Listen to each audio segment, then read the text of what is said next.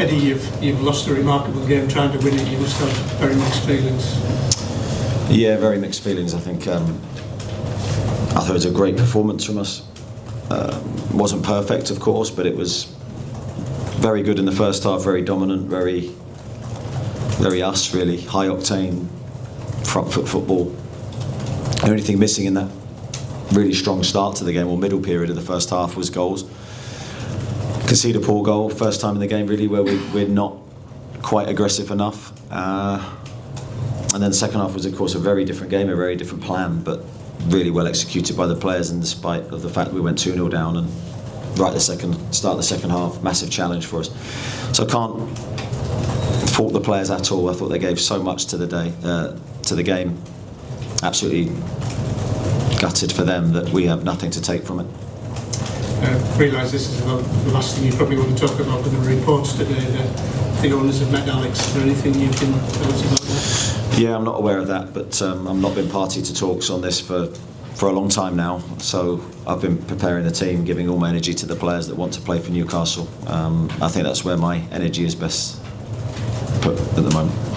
Thank you. Eddie, obviously you're in the last sort of few days of the window now. Is there a danger that you could get pulled into perhaps signing a player that was nowhere near the top of the list at the beginning of the window? Well, I think your names at the beginning of the list and the end of your names at the beginning of the window and the end of the window are always very different, because a lot of the players will have moved. So naturally, I think that's always the case if you're still active in the market, which we are. But as I've said all through the window, we have to be careful we don't make a decision that impacts the long term and future windows and gives us big problems. So any decision we make will always be based around controlling PSR, good financial decisions, but also against our need, and our need is there. So let's see what happens in the next few days. Do you still retain any hope that you could perhaps keep Alex at this club? Yeah, as I say, I'm not party to the talks that have been happening, so I've got no idea where that stands right this second. I'll go to Luke, George, and then Dominic, please. Luke? Me? Yes.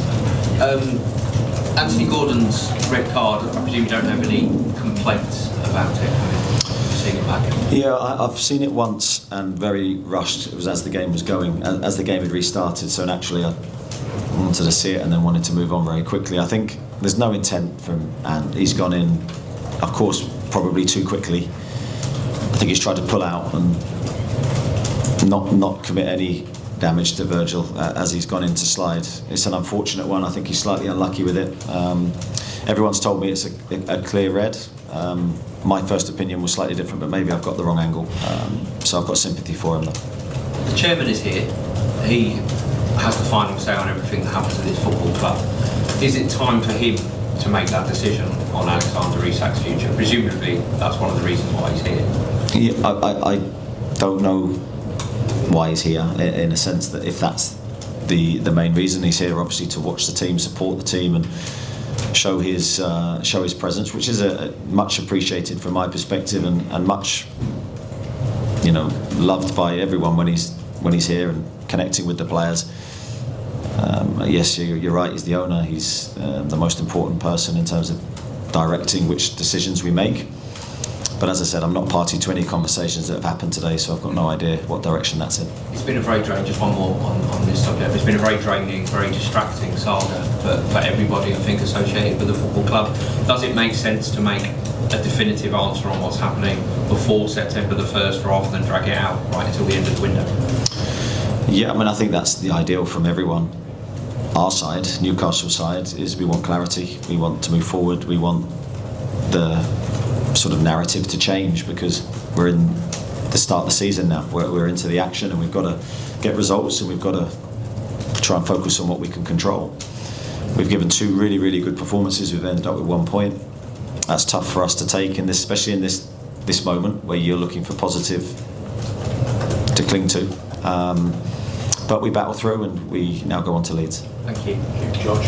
Eddie, you now lose Anthony, who's your stand-in striker, for 3 matches. Doesn't that make it even less plausible, the idea of losing your actual centre forward?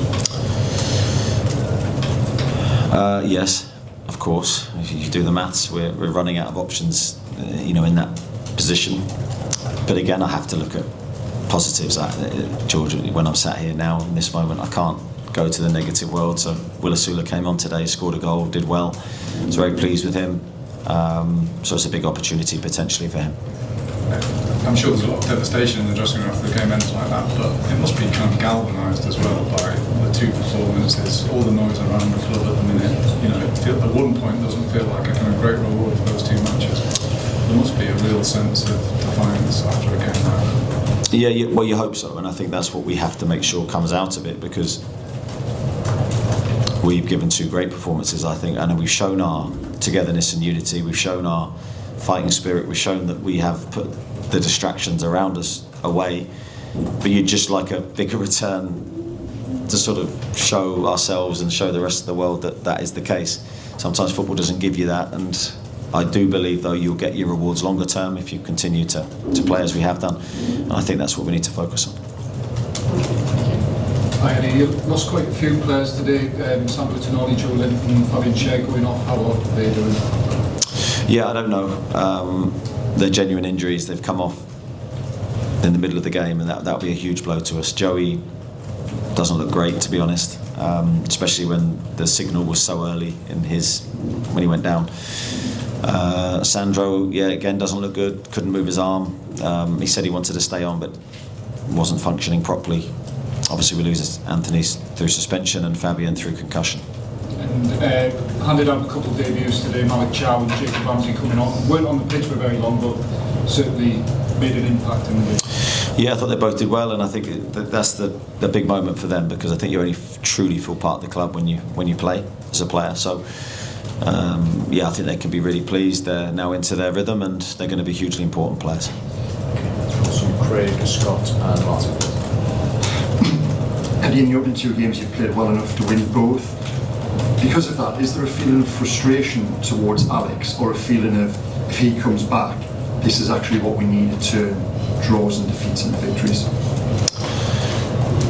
Yeah, I think, definitely the quality of Alex, I think he would have made a difference in the two games. I don't think there's any denying that.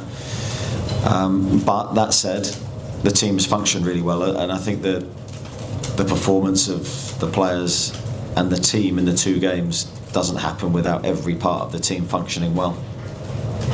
You can't carry anyone in this division against any opponent. So yes, we maybe today in that first half needed to score when we were on top, and goals do change games as always, but just dealing with what we have, Craig, really. And just sorry, on Friday you said you hadn't spoken to Alex since last week. Have you spoken to him since? No. Okay, thank you. Scott, Martin, we'll finish with Mark, please.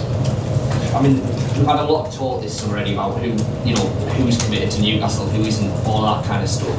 When you see the leaders that you had out there, specifically your Bruno, your Sandro, your Dan, Kieran, the way that they've kind of galvanised themselves and tried to pull everyone together, that must A, make you proud, but B, give you a lot of confidence for whatever happens, that you can still kind of, salvage the season as well, because it's so early, but get what you want out of the season. Yeah, those guys do make me proud, and I think their spirit and togetherness has never been in question.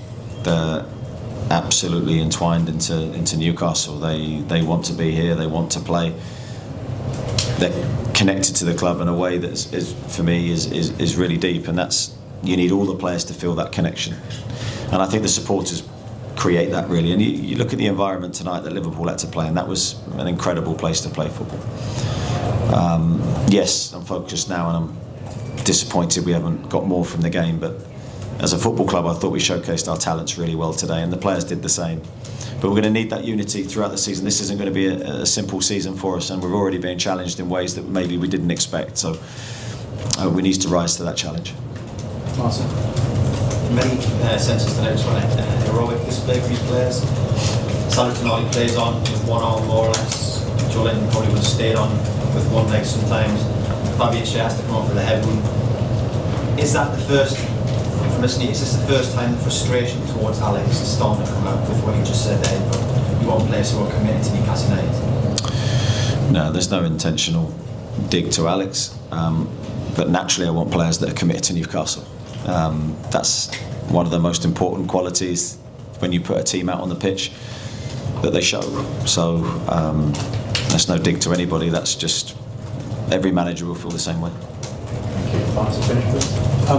The supporters today created, like you said, the atmosphere that was incredible. Have you got words for them and what they've managed to do tonight? Yeah, not just during the game, but I think afterwards as well. It was much appreciated how they responded to the players as we walked around the pitch. I thought they were magnificent today. I mean, that's right up there in terms of atmospheres that I've experienced. They couldn't have done any more. Hopefully they feel that we couldn't have done any more in terms of what we gave the game. And if we keep that connection, we'd be fine. Do you think with Asula, Kristen came on, did really well, do you think he could lead the line for you at Leeds? Is he there to the point where he could start the Premier League? Yeah, I think he's done himself no harm today. He scored a vital goal for us, took it really well, led the line well, albeit we were down to 10 men, and it's a difficult moment for the team, but everyone gave so much in that second half. Thanks, everyone. Good night. Thank you. Cheers.